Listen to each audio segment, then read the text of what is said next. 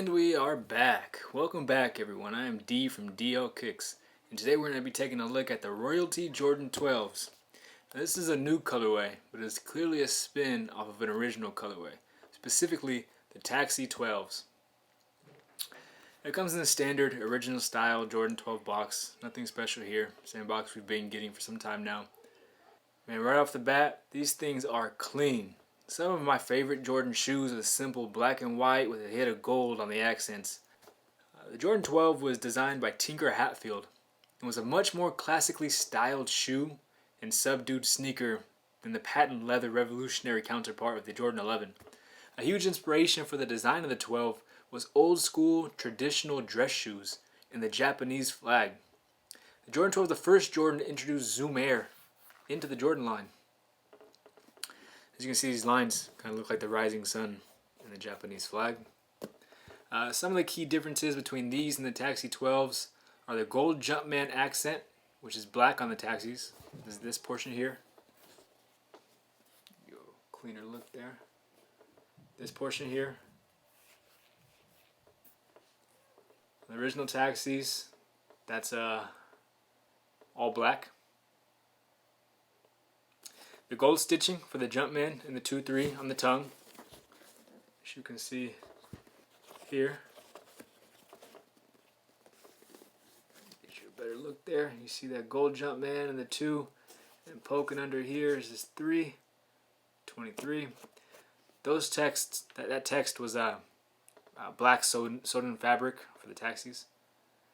The heel, now these are completely different than the Taxis. The heel tab, the numbering, colors. I mean, obviously the content is the same, meaning, Jordan quality, product inspired by the greatest player ever. That's all the same.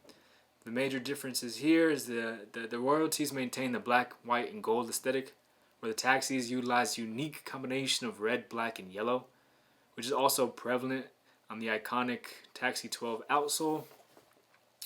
That red, black and yellow, on the outsole of these royalties, you essentially have a pure black, clean. The only hits of white Jumpman in the 23 right here.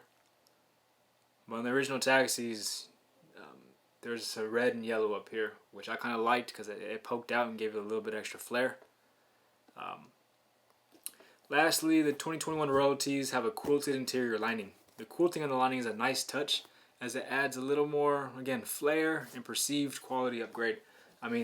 It's the same material that it would have been without the quilting, like any other Jordan 12.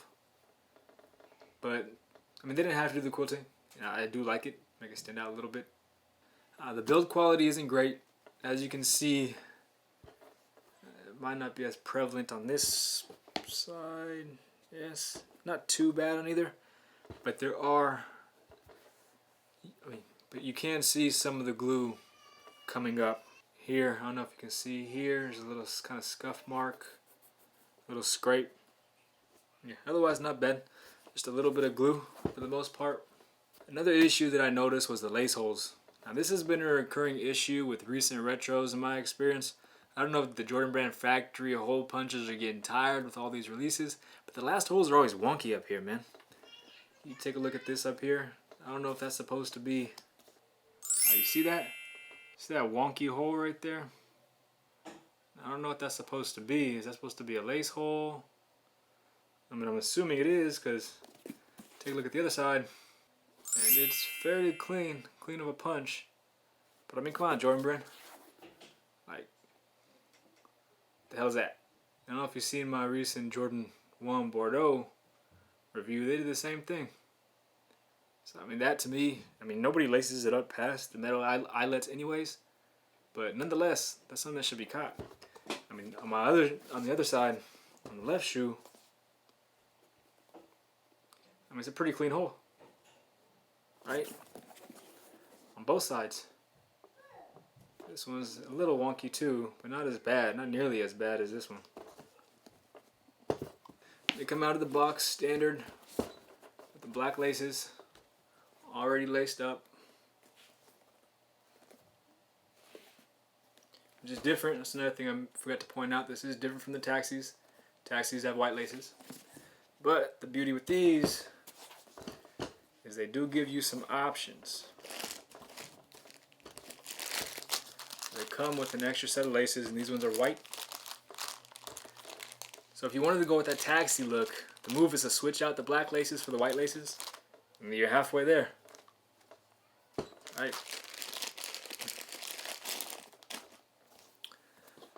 Let's take it back to the outsole. Outsole, you have that iconic carbon fiber midfoot shank plate surrounded by some herringbone traction on both sides. Now here we have that iconic and exotic reptilian skin pattern on both the mudguard and the midsole that has become forever tied to the Jordan 12 like the elephant print to the Jordan 3. They have what looks to be some fake metal eyelets that look to be molded out of some gold colored plastic. I mean, these seem plastic to me. These don't seem cold, they don't seem hard to the touch, they seem plastic. Which is a huge step down from the original release. I'm talking about the OGs, 97, which came with legit golden metal eyelets.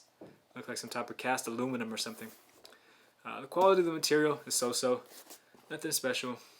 Now if you have some Jordan 12s that have released in the past and you kind of know what you're getting into with these are pretty much similar in quality to everything that's released in the past 10 years, including these things.